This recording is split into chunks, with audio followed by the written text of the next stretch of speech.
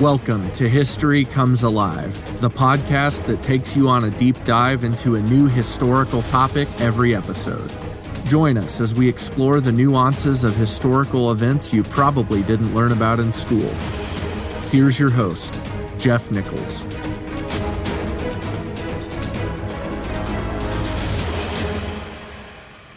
Welcome back. This is episode 4 of History Comes Alive with Jeff Nichols. And I'm your host, Jeff Nichols, and I'm glad you came back. We've covered quite a bit of ground so far in this first series. Remember, our goal is the founding of the United States of America. I believe the story is extraordinary. There's a lot of parts, there's a lot of people, and a lot of places and events that are not as well known or regularly discussed that tend to add a ton to the flavor and the excitement of the founding of the United States.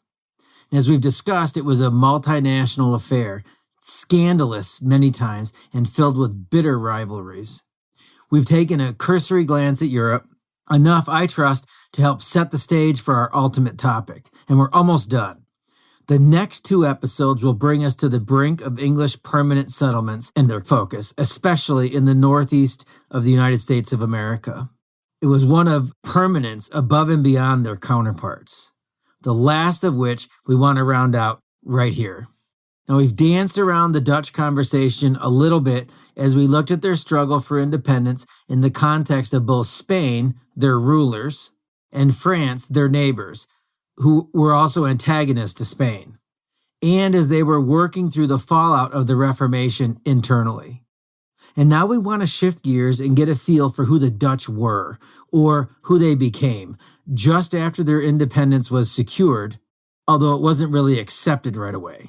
And there's 2 reasons, both with the understanding that they were very successful right out of the gate. Following in their former monarch's footsteps, the Dutch quickly gained a foothold in key areas around the world. And the first thing that we want to recognize is that they challenged English colonialism for a long time. And secondly, without the Dutch, the Pilgrims may not have had a safe place to incubate before they set out across the Atlantic. Make no mistake, the success of the New England colonies was key to the success of British colonial America, and it got ugly. As with the former discussions, we're not attempting to offer anywhere near a comprehensive study here. The goal is to acquire enough of an understanding of European activity to give real context to the English positions, and there were many. Remember, for this first series, we're working toward the atmosphere that brought the English colonials here in droves. We want to understand how they gained their unity and how the native activities helped to shape colonial life. The natives were a much larger factor than brief mentions about Thanksgiving and Squanto or Pocahontas or whichever other Indian tribe that you want to recognize. That's where we're going. So let's continue to move in that direction. And once we establish the Dutch presence and some of their activities, we'll really be ready to focus on the English. And so if you'll recall, in 1579, Dutch allegiance is severed with Philip II of Spain, and in 1581, independence was declared. And so much like the future claim of the British colonies in North America, this small upstart community was shedding a global empire. Imagine the people of the Dutch Netherlands had gone from suppressed to liberated, and things were good. So on July 26, 1581, independence was declared at the Act of Abjuration. And it's different than just severing allegiance from Spain. These provinces not only declared independence from Spain, but from each other as well. Each province was to enjoy independent self-rule. It's traditional Americana-type concepts that we've all been taught before America even existed. They shared a common conviction of the importance of the freedom of conscience. Does that sound familiar?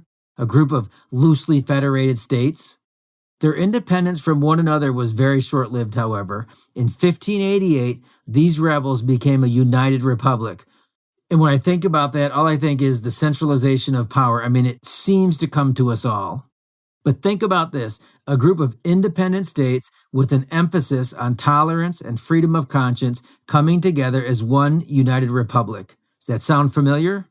Of course, this concept would again be put to the ultimate test 200 years later. There's a lot of parallels, which make the Dutch so interesting to me and kind of easy to identify with. The Dutch are easy to remember because of this path that they took.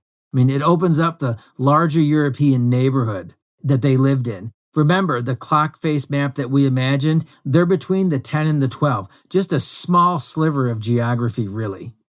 Now, Spain did not recognize the Dutch Netherlands until 1609, and there were hostilities, and we're going to have more on that later.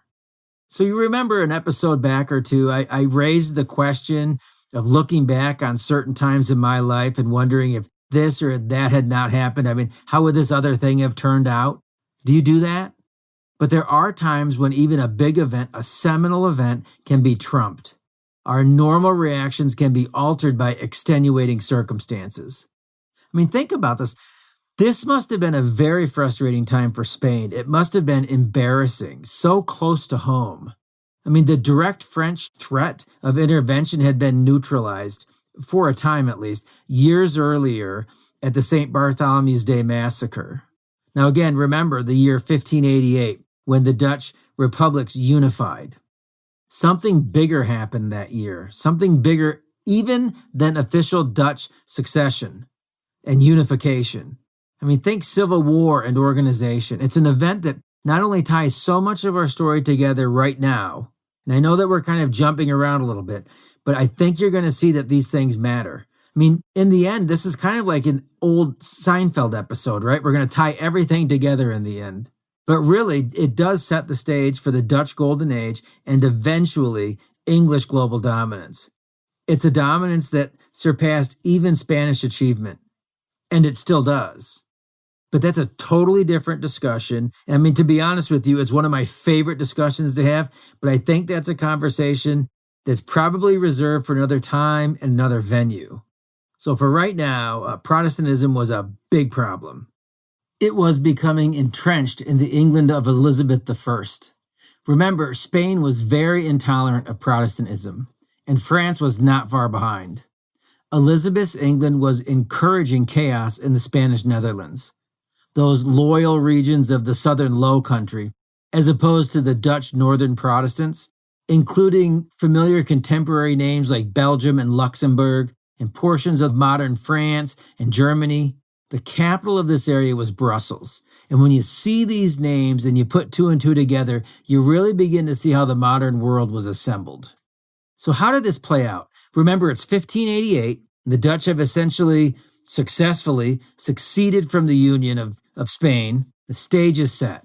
Both the English and the recently declared independent Dutch were harassing Spanish shipping and commerce.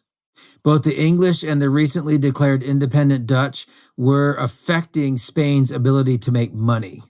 And this marks the beginning of real global competition. Spain was determined to put a stop to this.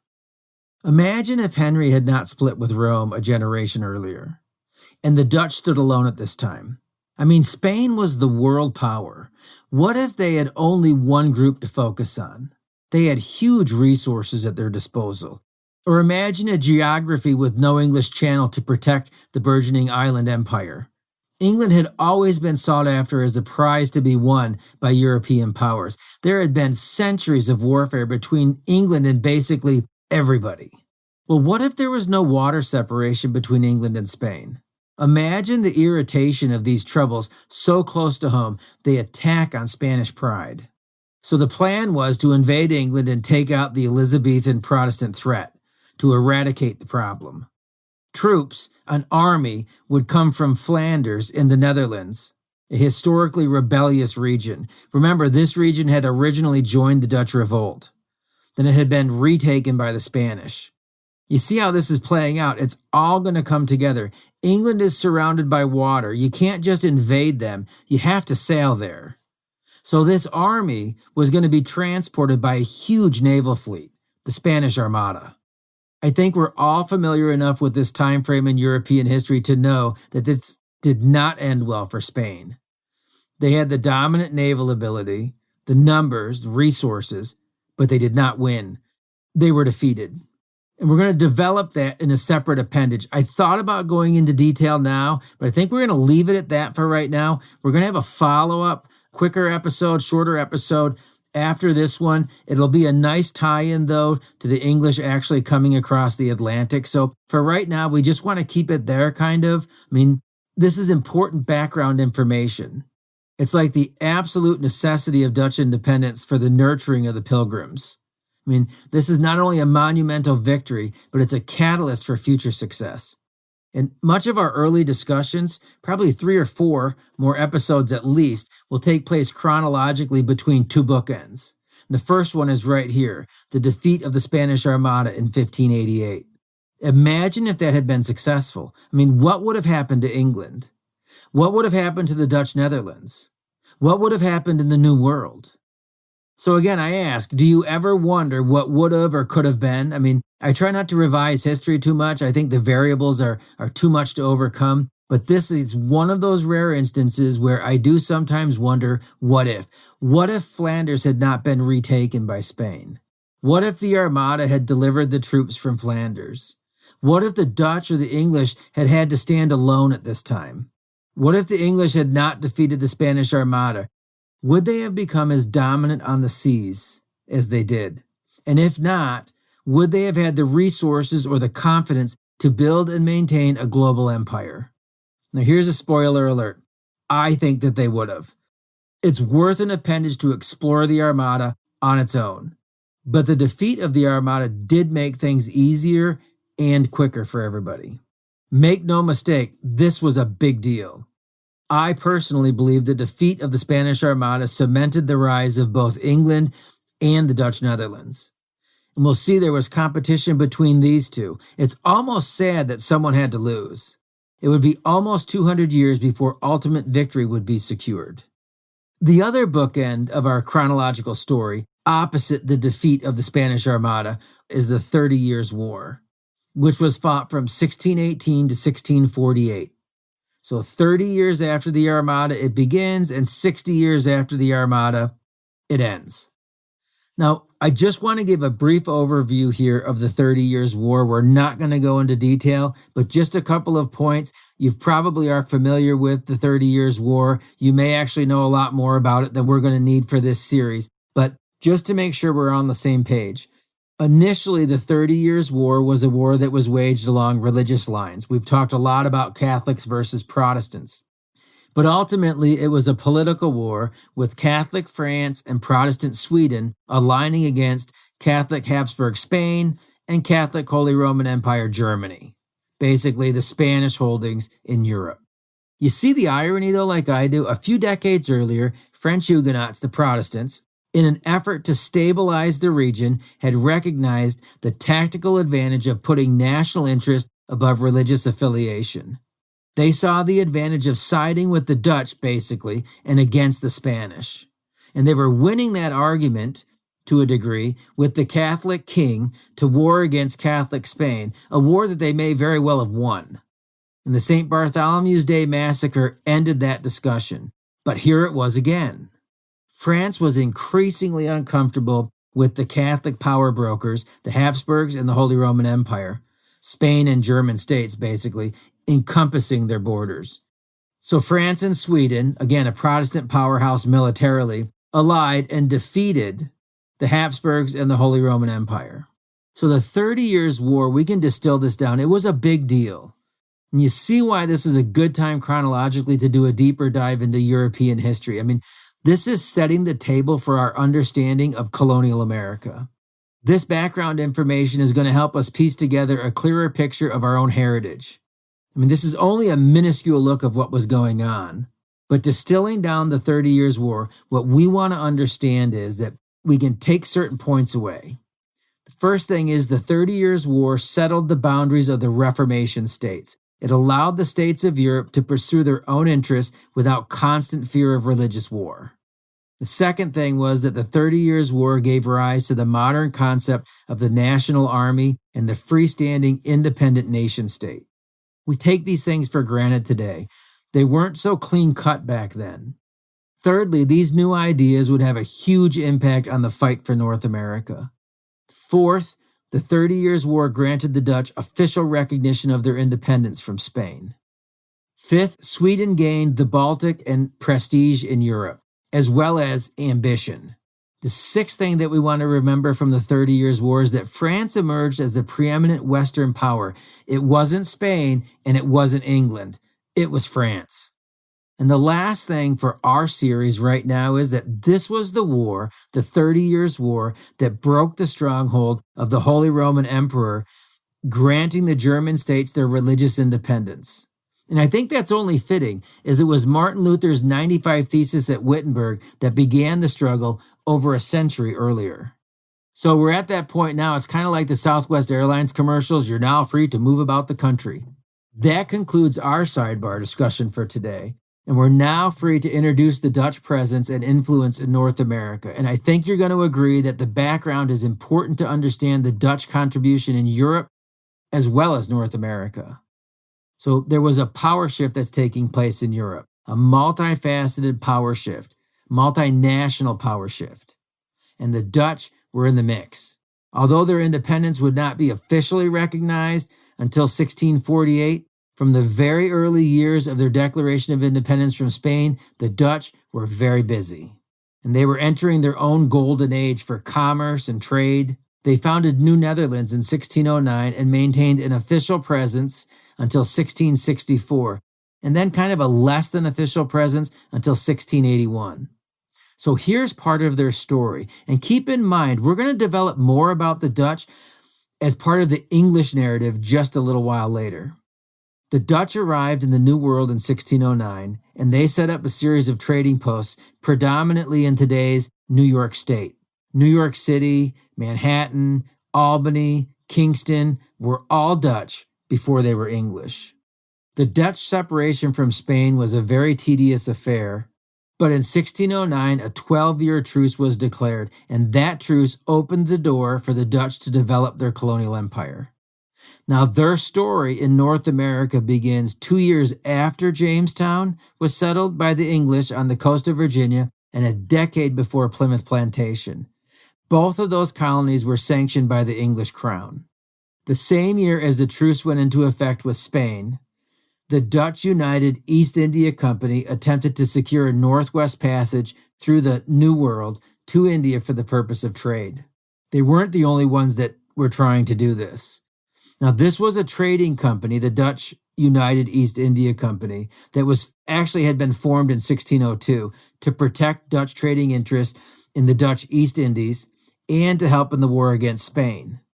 They were granted trade monopolies from the Dutch government from the Cape of Good Hope in Africa to the Straits of Magellan off the Chilean coast, where the Atlantic meets the Pacific Ocean. That's a big charter. They had a lot of power, and they were busy using it. To give you some idea of their reach and their success, in 1619, they established their headquarters in what is now Jakarta, Indonesia. It was known as Batavia back then. They managed to expel both the English and the Portuguese. That's not an easy task. So make no mistake, the Dutch United East India Company, they were power brokers in their own right. They were in the Banda Islands in 1621 and Formosa, which is now Taiwan, the following year. And in the 1640s, as the English Civil War raged, the Dutch East India Company established trading posts in Ceylon, which is modern Sri Lanka, and India. And they were the principal power in the region by the 1650s. They held these possessions and others until 1799 when the Dutch government assumed control. The Dutch East India Company was a global company. And in 1609, they hired a two-time veteran of crossing the Atlantic Ocean, Englishman Henry Hudson. The same Henry Hudson who claimed the Hudson Bay region for the English a year later. Hudson was all over the place. He sailed to Cape Cod and then to Nova Scotia. He sailed south to North Carolina. He sailed the Delaware Bay and then up the North River, which is currently named the Hudson River in his honor. The Dutch founded New Amsterdam, New York City, and Fort Orange, Albany, and Wiltwyck, which is Kingston, kind of the halfway point between Manhattan and Albany. This was the foundation of New Netherlands, the Dutch colony of North America. Hudson was a very successful man. He not only gave the Dutch the Hudson River area, he laid the foundation for English claims to much of Canada, which would later be contested by the French for a few years. This was a galvanizing flashpoint for the 13 British colonies. Henry Hudson never returned from the voyage that discovered the bay that bears his name. As Witter sent in that year, so did infighting among his crew, and they eventually mutinied, setting poor Henry adrift in a small boat, and he was never heard from again. Now in 1621, the 12-year truce with Spain ended, and the Dutch responded by forming the Dutch West India Company. And they received a monopoly of trade with the Dutch colonies in both the Americas and Africa, kind of the other half of the world from the Dutch East India Company. And in addition, they received ownership of the Dutch American colonies. They were commissioned to oppose Spain, and like their Eastern counterparts, they practiced piracy all over the place. The Dutch West India Company was instrumental to the early African slave trade, and they existed until 1794. So as we've already demonstrated, the Dutch Netherlands was an early, aggressive, successful competitor in the European colonial games. They maintained much of their empire for centuries, into the 20th century actually. Now, this was a government venture, and they had a vision for grandeur, developing permanent settlements in North America. The plan originally was agriculture, but fur became the reality, as it did with everybody. Now, life in the Netherlands was good. Permanent colonial population growth was slow. People did not want to permanently relocate. The trip was long and hard, it was dangerous, so traders made up a bulk of the early inhabitants. It wasn't until the 1620s and 30s that families and tradesmen started to arrive. These are strange times. I mean, it's not like the times that we live in today. People didn't always look at the nation of origin like we do. Men like Henry Hudson, who was an Englishman, sailed for both England and the Netherlands. And so too with settlers and the sending nation. The first permanent settlers of note in New Netherlands were actually French refugees. They were called Walloons. These were French Protestants, refugees from modern Belgium. Remember, the French were not very hospitable to their Protestant countrymen. And the Edict of Nantes was an official proclamation for peace, but the tensions were still there, uncomfortably so. So the Dutch Netherlands, the Netherlands, had many French refugees. And in 1624, 30 of these French refugee families, the Walloons, relocated to what is now Albany, New York. And in 1626, Peter Minuit arrived as Director General, and he's the guy who really got things rolling. It was Minuit that famously purchased Manhattan Island from the local natives for $26 or something in trinkets.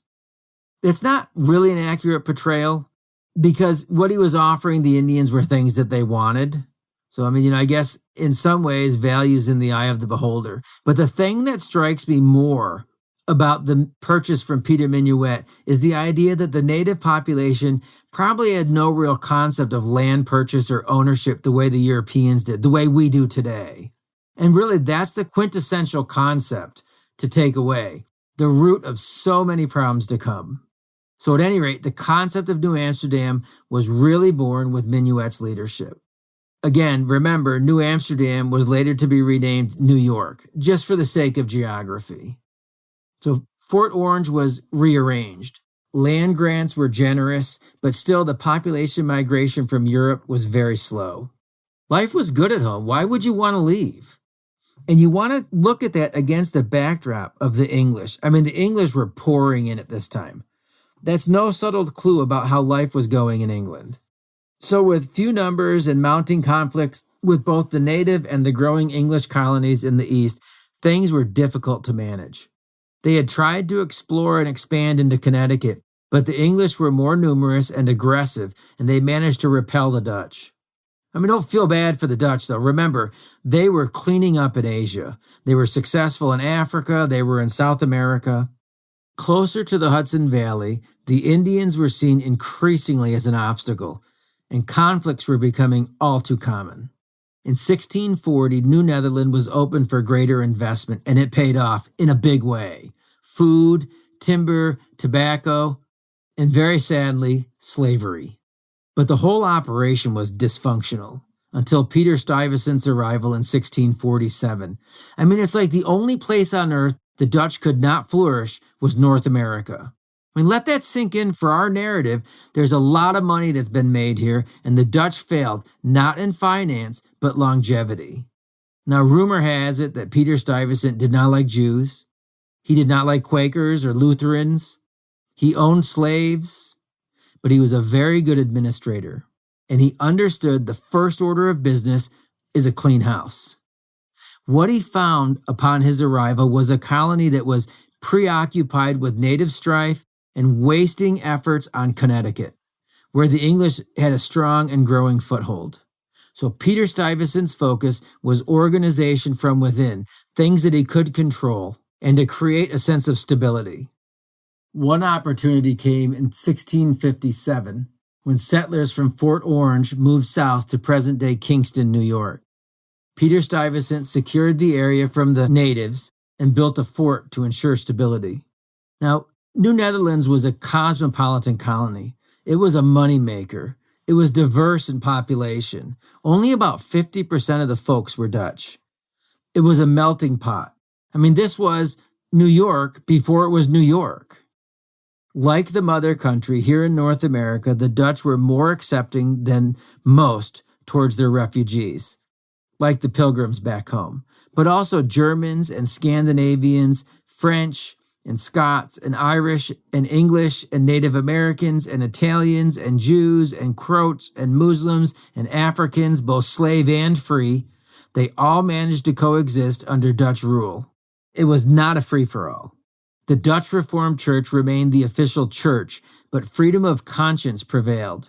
And privately, Lutherans, Quakers, Mennonites, Roman Catholics, Jews, Puritans, all made up the colony. The Dutch were sympathetic to political and religious refugees. They had a very liberal approach for their times. Now, in these types of situations, like this colonial period, there's two ways that you can go when you transplant a population. You can go liberal, or you can go kind of oppressive, right? The Dutch went liberal. The Puritans, as we'll see later, were a little bit more aggressive, a little more oppressive towards people that didn't think the way they did. And there's some real parallels when you look at this to some of the veins of American politics, especially liberalism in the 20th century, the kind of the big tent idea. So in the Dutch Netherlands and New Netherlands, education was provided on a pay-if-you-can basis. And the girls were educated along with the boys, which was highly unusual in those days. And women were treated well, too, from a legal position. They had civil and economic rights. And lastly, the Dutch enjoyed local self-government, unlike England's colonies. And there's another comparison here. The English colonials, especially in North America, they wanted self-government. At times, they felt like they had it. But the reality is, they didn't really have it. The success of the Dutch drew the attention of other European nations, especially England. At the time of Dutch expansion in New Netherlands, relations with England were tense. Both countries were determined to be the dominant naval power of Europe. And this would help colonize, and this would help commerce, and it would help to protect their interests. In fact, they would soon fight a series of wars known collectively as the Anglo-Dutch Wars.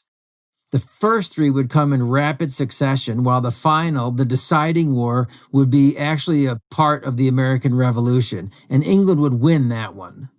England herself at this point was entering a time when declared wars with the Dutch and undeclared wars with Spain would start to define global commerce. I mean, it's kind of like at this time, endless wars for everybody with everybody. It's a time when wars were fought for business concerns. And Simon Schama, in his A History of Britain, Volume 2, The Wars of the British, 1603 to 1776, he lays this out really well. Quite succinctly, he establishes the entity that England was becoming. So after a long run of instability in government and civil society, or during that long run, really, England had experienced some changes. This is about the time of the English Civil War, and we'll cover that a little bit more when we start actually tracing the roots of the English colonials. So we want to pick up the storyline somewhere in the middle here, because again, what we're trying to look at here is what England was becoming as far as an economic powerhouse. The England of the 1640s and 50s, the years of civil unrest and civil war. Shamas talks about what Charles I had missed. Remember, he had been executed. And the men that he could have used to maybe stay his execution, to maybe preserve his throne. Shama writes this, quote, and this is an extended quote, and we're going to back up once I read it, and I'll make a couple of points on it, so bear with me. But Shama makes some great points here, and I love the language that he used. Quote, their tenure in power suggests perhaps what a pragmatic government might have looked like had Charles I actually succeeded in winning over men like John Pym, rather than just appointing a few opposition figures to his Privy Council in 1641. Instead of the firebrands he feared, Charles might have had men like Henry Martin or Henry Vane, Arthur Heselrigg, who had become businessmen of state, mercantilists, money managers, and in their swaggering, beady-eyed ways, fierce patriots. For if there was some source of Republic ideology that had replaced the inadequate and suspect policy of the Stuarts, and around which the English, rather than the British, could indeed rally, it was that of the aggressive prosecution of the national interest. It's all too easy to think of the Commonwealth after the Battle of Worcester as living in a kind of pious peace. In fact, it lived in profane war with first the Dutch, and then the Portuguese, and then the Spanish. It was as behooved a set of rulers who were excessively misty-eyed about the memory of the sainted Virgin Queen, the most successful warrior state, especially on the high seas, since the death of Elizabeth, in glaring contrast to the string of military fiascos perpetrated by the hapless Stuarts. Admiral Blake succeeded where Buckingham had failed. Cromwell, at his most merciless, triumphed where Essex had failed. The Republic hammered out an empire not only in Britain, where both James I and Charles I had pathetically failed, but overseas too, in the North Sea and the Baltic and beyond, in the Atlantic, both sides of the equator. It was commercially rapacious. Now listen to this. This is a great line. It was commercially rapacious and militarily brutal. Beery chauvinism erected into a guiding principle of state. So a better guide to this kind of Britain than the execution of its king would be the Navigation Act of 1651, which prohibited any ships other than British or those of the country of origin from bringing cargoes to Britain, thus taking deadly aim at the shipping supremacy of the Dutch. It was a policy to maximize business, which, another first, the state was prepared to back up with war if that's what it took. It often did. End quote. That's quite a statement. You see here, Shama recognizes not only the power of the Dutch at this time, but the shift in political agendas, the perceived justified use of the military, and the fact that money and commerce trumped political upheaval, even the execution of the monarch or a civil war. If you think about it, it sounds eerily similar to today's political environment, doesn't it? One more thing. I was reading a thread on Quora, and someone asked a question. What have the Anglo-Saxons, present tense with a retrospective view, contributed to the world? One commentator identifying himself as Persian lamented, the Anglo-Saxons are good at war. And they are really good. So what does this mean? How is this relevant for the Dutch New Netherlands? Or what else is going on in the world at this time? Let's consider what the concept of a colony was. Then we'll bring this back around. What was it expected to do? Let's consider what the design and the purpose of colonialization was all about. So in a nutshell, let's take 5 minutes and sum up 400 years of history, okay? The Navigation Acts were actually a series of statutes that restricted foreign trade and shipping with England and her colonies. And we're going to talk a lot about those in the coming months ahead. But the Great Navigation Act of 1651 was recognized as the most important. The British, as well as most colonial nations, thought of colonies as possessions, and as such they were dependents. But they were also providers and suppliers for the mother country. And this system, the system that emerged through colonialism, can be defined as mercantilism. So in short, mercantilism is an economic system that's practiced mainly by the English, the French, and the Dutch at this time in the 16th, 17th centuries. Now, mercantilism operated under the assumption that trade and wealth were limited. The goal was to receive gold and raw materials into the mother country and push out finished goods. These systems were as closed as possible. Thus, colonialism became necessary to support and to finance the mother country. It also provided, in theory, non-competitive markets for finished goods. It's the antithesis of free trade, and it was a target of Adam Smith's Wealth of Nations. Now remember, real change in attitude and mentality came, according to Shama, in England, when mercantilists ran the government primarily in the 1640s, the period of the Civil War. And we're developing this concept in layers like a transparency. So I'm not so concerned about sticking right with the Dutch right now, because what's happening in England affected what happened on the continent. It affected New Netherlands. So mercantilism seems to have justified exploitation. It put money over people. The various colonies existed to enrich the motherland. They were not independent. They were an investment. So let's stop right here and work through the model in a practical sense. Think about the unvarnished audacity of the concept of mercantilism when it's put into practice. I mean, basically, you show up in a foreign country, you subjugate the people that are already there, or you subdue them, or you convince them to work with you. You populate the land with your countrymen enough to make sure that the folks that are already there work with you. You exploit the local resources for the mother country's advantage. You send those resources back to the mother country. You import finished goods from the mother country, and you completely change the local indigenous landscape to your worldview. I mean, that's a pretty accurate model, just using the facts, and it's vicious. I don't think I'd relish the position of the host. We're going to have more on this subject later once we cross the Atlantic. It seems like that approach would cause tension and resentment and hostility, and it could require the maintenance of such a show of force as to suppress or to crush open resistance. What do you think? You think that's setting yourself up for resistance? I mean, the flip side is that the colonies did come with a price, right? Organization and defense. The physical maintenance against the former inhabitants who used to be in charge, as well as other folks who might like to come and take what the land has to offer. It was expensive, militarily and administratively. And so taxes and private investment from the mother country paid those expenses up front, with the expectation that there would be a very healthy ROI, return on investment. The Navigation Acts, when enforced, gave real teeth to this system. And remember, according to our Persian friend, the Anglo-Saxons are good at war. Now here's a spoiler alert. There would be a 50-year period in English history where a certain region of the empire would escape many of the consequences of violating the Navigation Acts, largely during the reigns of George I and George II.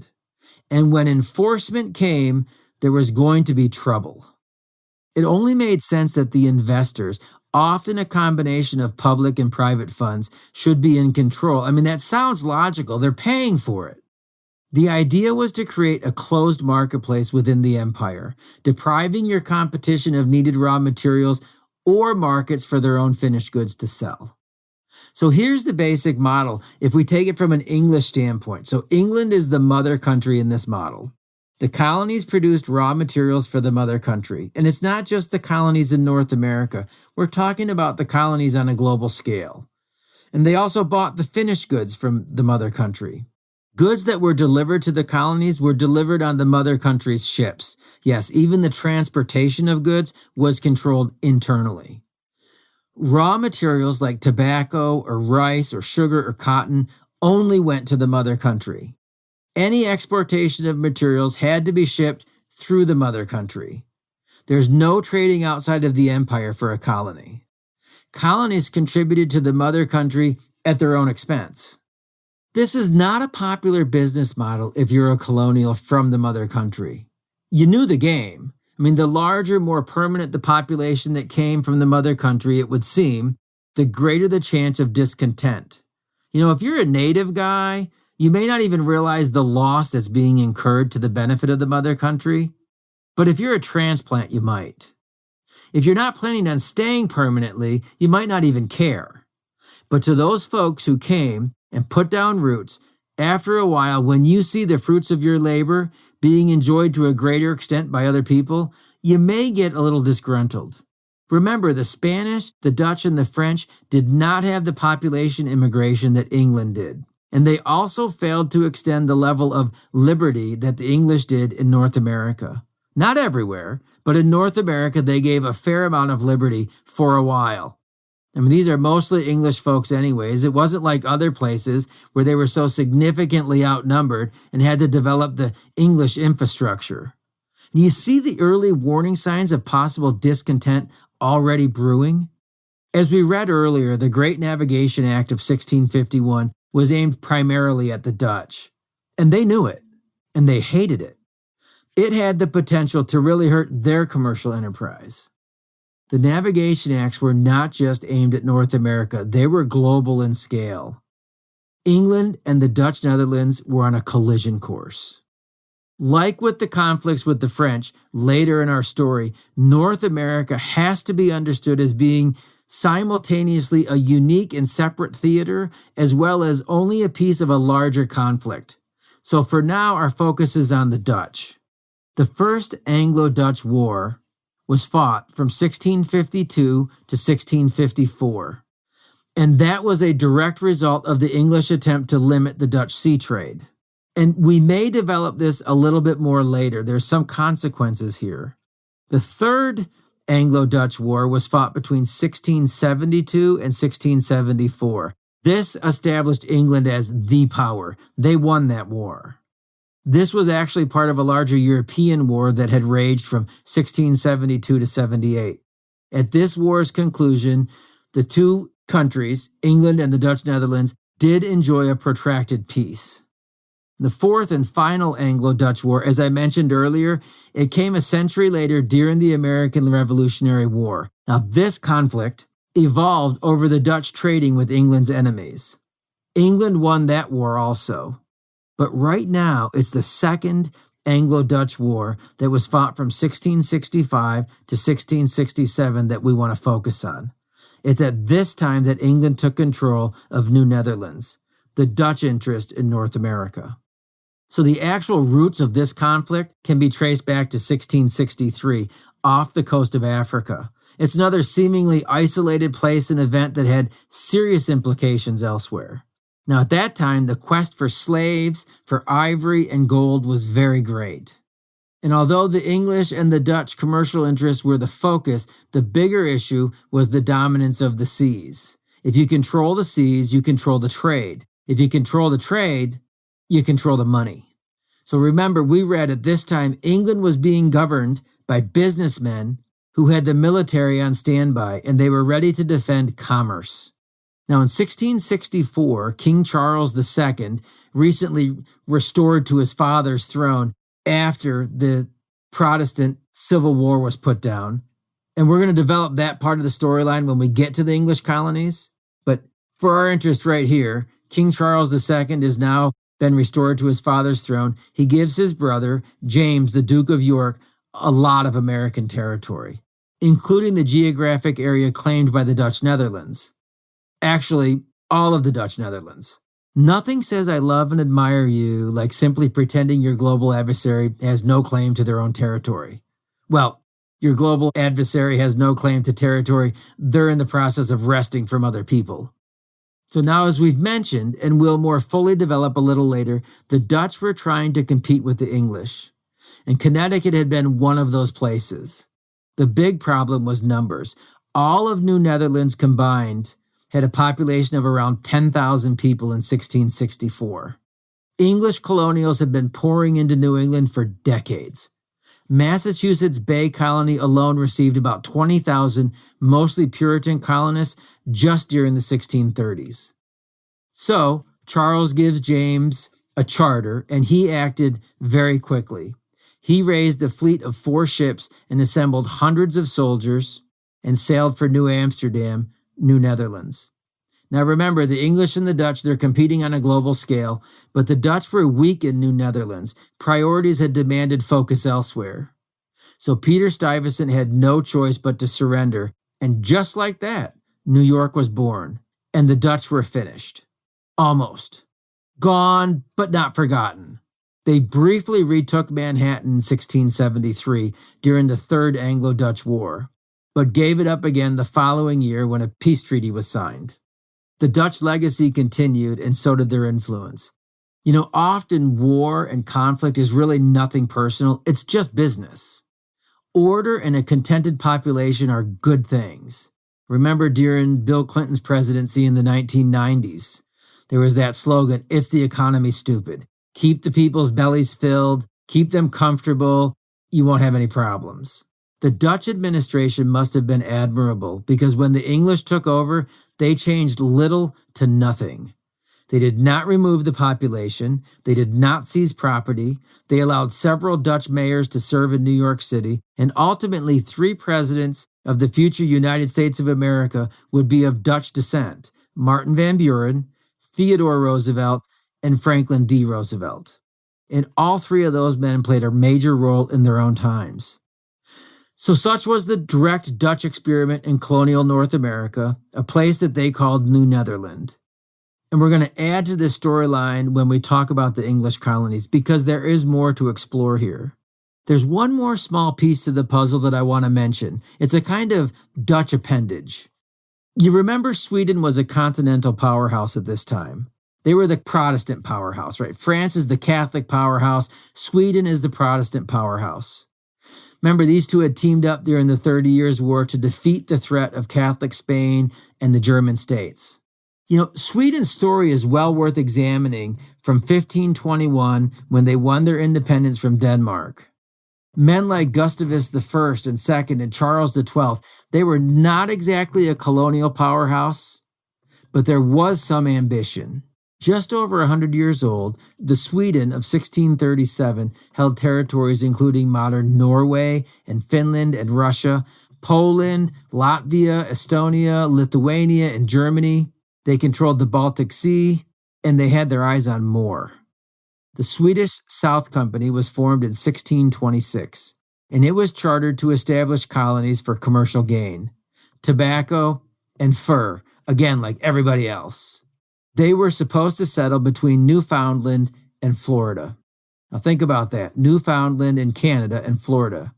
The French are already here, the English are already here, the Dutch are already here, the Spanish are already here, and lots of native tribes. The Swedish South Company was made up of Swedish, German, and Dutch investors, but the leadership, the directors of the company, were Swedish. Their target was the area along the Delaware River. Think coastal United States, mid-Atlantic, north of Jamestown, south of Plymouth Colony. It's a region that would become a very big deal in the decades to come. It's a region that would become a very big deal in the centuries to come. In 1637, Peter Minuit, previously of New Netherlands fame, the predecessor of Peter Stuyvesant, the purchaser of Manhattan, was hired to lead the expedition, and they came aboard 2 ships, the Kalmar Nickel and the Fogel Grip, and they reached Delaware Bay in 1638 in the area of modern Wilmington, Delaware, and they built a fort, Fort Christina, in honor of the 12-year-old Queen of Sweden. They claimed lands in modern Delaware, New Jersey, Maryland, and Pennsylvania, lands already claimed by the Dutch and the English. The Swedish colonials brought Lutheranism, and they introduced the log cabin, which later would become the most popular new home in frontier America, sturdy, simple-built houses. And over the next 17 years, 12 additional Swedish expeditions brought 600 more Swedish and Finnish settlers, but it was not enough in the end. They lived on farms and small settlements along the Delaware River. They got along pretty good with the locals, both the Dutch as well as the natives. They were ambitious for their low numbers, especially in the neighborhood that they had settled in. Between 1643 and 1653, the colony expanded north along the Delaware River. and they built another fort, Elfsburg. It was on the New Jersey side of the river near modern Salem. Their expansion and the new fort were direct attempts to block the English and the Dutch from the Delaware River. I mean, with just a few hundred men, farmers, what were they thinking? I mean, they might have been a continental powerhouse in Europe, but this was not continental Europe. This was the world of colonization, and they were challenging two of the best at the same time, significantly outnumbered. It sounds crazy, but it gets crazier. I mean, the initial buildup of the vision for expansion is credited to Governor Johann Prince. And he might have been a visionary, but he was not a very popular governor. So in 1653, Prince was recalled. And this would prove to be the beginning of the end. The following year, in 1654, Johann Rising, the new governor, upped the ante on ambition. His design was to remove the quote-unquote Dutch, those that were owing their allegiance to Peter Stuyvesant, from New Sweden. I mean, why would you do that? Things were pretty good. You'd been allowed to stay. I mean, your trespassing had been overlooked by both the Dutch and the British. The Dutch had a fort on the western shore of the Delaware, south of Christina, and it was an unprotected outpost. No shots were fired. The Swedes took it easily. But when news came, Peter Stuyvesant didn't. So the following year, in the summer of 1655, 7 Dutch warships carrying 300 soldiers sailed up the Delaware River and essentially ended the Swedish colony's independence. Like his own fate a decade later, Peter Stuyvesant left the colony intact. In typical Dutch fashion, Stuyvesant was quite liberal in his governance of New Sweden. They were defeated by the Dutch, but they were allowed to maintain an independent status. They were still kind of a Swedish nation. And they would continue on until 1681, when some other guy named William Penn showed up with yet another English charter for his colony. It's an odd thing to me to realize that the defeated Swedish colony actually outlived their Dutch masters by almost 20 years. I mean, the Dutch gave up control of New Netherland in 1664 to the English, and New Sweden lived on. And so it is that we've come to the point where I feel we've developed enough of the backstory and front-loaded enough of the coming saga that would be the English conquest of Eastern North America to end our time together for today.